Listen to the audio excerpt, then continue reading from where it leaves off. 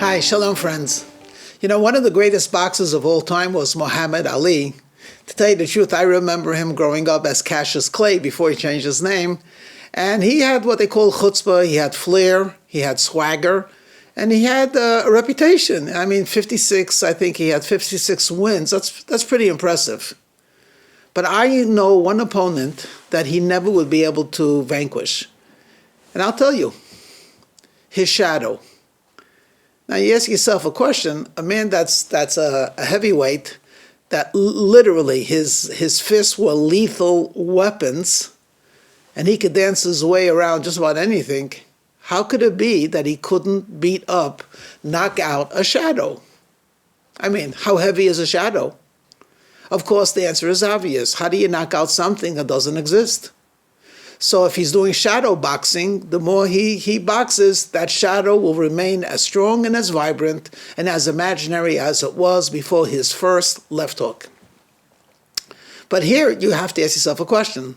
If a shadow is really not real, so how does it exist? And of course, the answer is obvious. It's a reflection of something that does exist. But the shadow is highly exaggerated. Very often it's much, much larger than the object that is actually, where the sun is actually blocking. So a short person could have an exceedingly large shadow.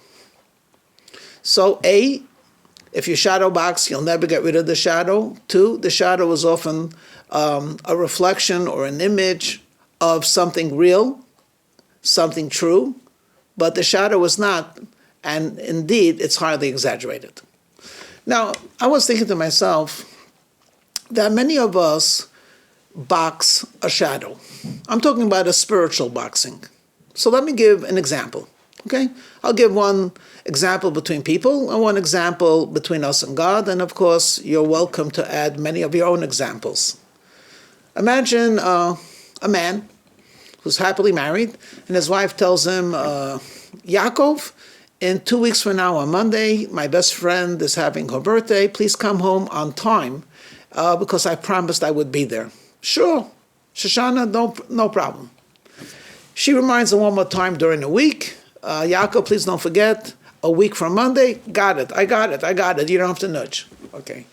Actually, the day before Sunday, when they're going to botanical gardens, she says, I just want to remind you about tomorrow. We have an engagement. We have to go to my best friend's birthday party. Shoshana, don't worry, I got it. And of course, where am I leading with? Monday, he forgot. Comes home late. His wife is absolutely furious. It could go in many different ways, but let me share with you an imaginary one way. She looks at him and she says, you're late. He says, I know, I'm so sorry, I forgot. And she says, no, that's not the issue at all. The issue is you have no respect for me. If you would respect me, you would remember. And then she gets really excited about this, and she says, you never listen to me. Actually, many times this has happened. And she goes on and on and on, how essentially there's no respect, there's no marriage, there's no love, there's no commitment, all based on the reality. I am reminded you once, I reminded you a second time. When I remind you a third time, you said don't nudge. Clearly, there's something missing in our marriage. Okay, he got it, and maybe rightfully so. So the next 2-3 days, he's very solicitous to his wife, and let's make this nasty. He brings home a dozen roses, and she says, oh, thank you very much. The vase is you know where the vase is, you could fill it up yourself, and you're not going to buy my goodwill with 12 roses. So he thinks the problem is that there are issues between them, and what should he do? So he calls, and he tries to be overly nice, and when she's not responding, he says, this is going from bad to worse. Maybe we should go to marriage therapy. She says, yeah, I think there's something wrong in our marriage. Okay, I'll leave it off over there. Tell me something. Why do you think this imaginary case that could have happened, why do you think he's not getting through to his wife? The answer is because he's trying to repair something that's not broken. There's nothing wrong with the marriage. He loves her, he's committed to her, he's devoted to her, and vice versa.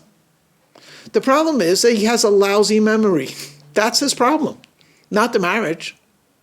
So if he were to work on getting a memory, so he would have a discussion where I'm really sorry. I say I remember and I don't. So let's brainstorm together, or maybe he'll do it with a friend.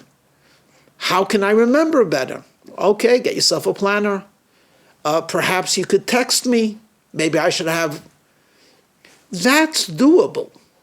So the fact that they're working on the marriage, that's a shadow. It's based on something that happened, which was he disappointed his wife in a very real way. That's true. But the conclusion, such as that we have problems, we have major issues, we need, outside intervention, I think is a shadow. And I don't think they'll be very successful, to tell you the truth, in trying to deal with it with the shadow.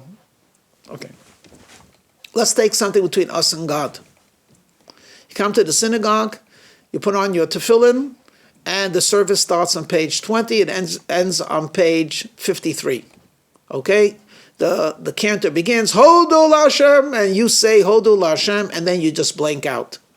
Approximately 35 minutes later, you wake up at page 56, and you say the concluding prayer. Not much of a prayer at all. You were physically in the synagogue, you were outside doing a presentation, you were thinking about a vacation, you were thinking about shopping, you were thinking about a million things. You go home, and as you're walking home, you say to yourself,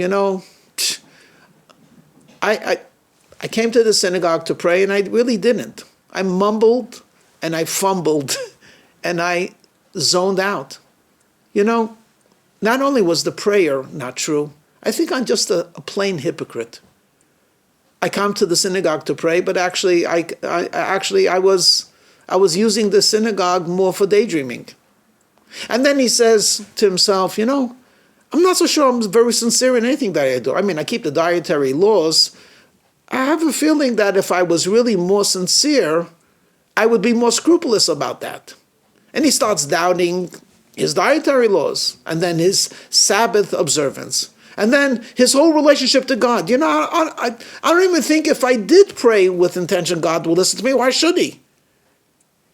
Every single day I zone out. He probably is not interested in what I have to say. Oh, hold it. Well, that's a shadow. How are you going to fix this? What, you're going to start fasting? Are you going to start giving tremendous amounts of charity as an atonement?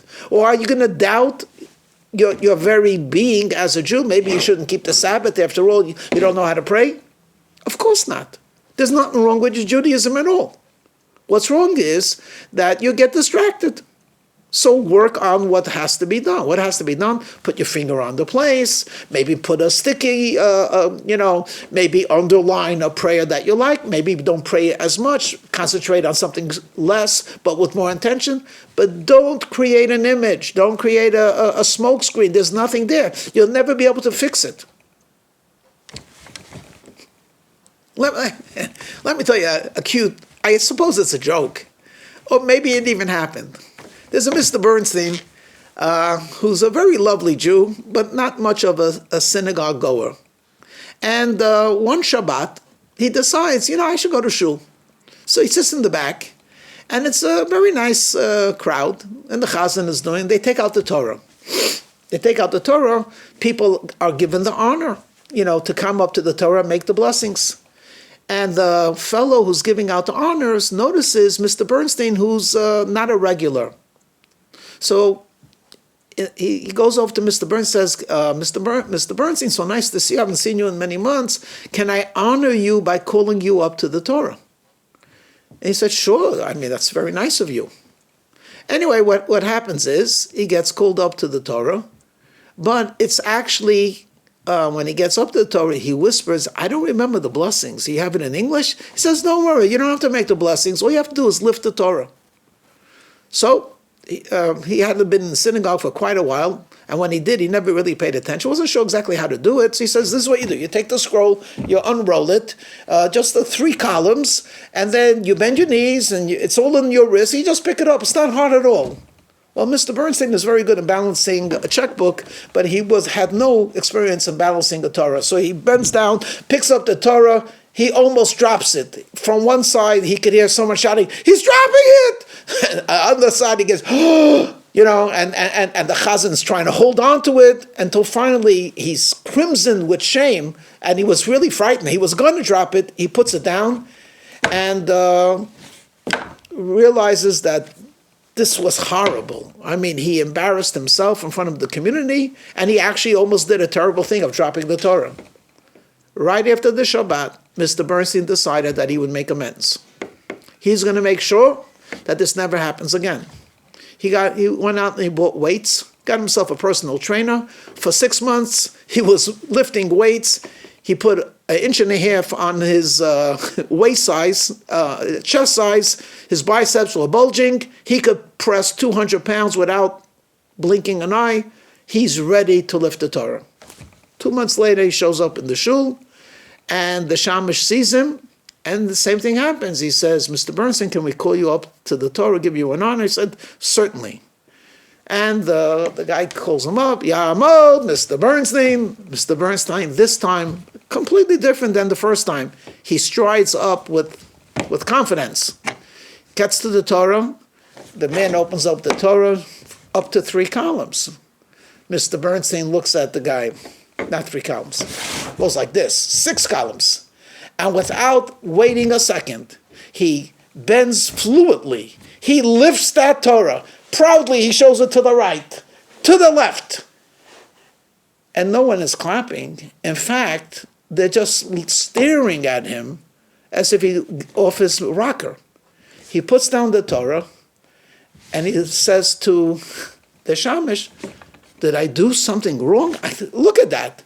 He says, Mr. Bernstein, we called you up to honor you to read from the Torah. You lifted it. Okay. What's the moral of the story? You have to know what you're training for. If you're training to lift the Torah, then you train that way. But if you're called up to say a blessing, you don't need the muscles to lift the Torah. My friends, what are we training for in our life? Some people are saving the world. Some people are saving the whales. Some people are just saving themselves. What are we trying to do? Are we lifting the Torah? Are we blessing the Torah? Are we fighting smoke or shadows? Or are we really dealing with the truth? You got to think about that.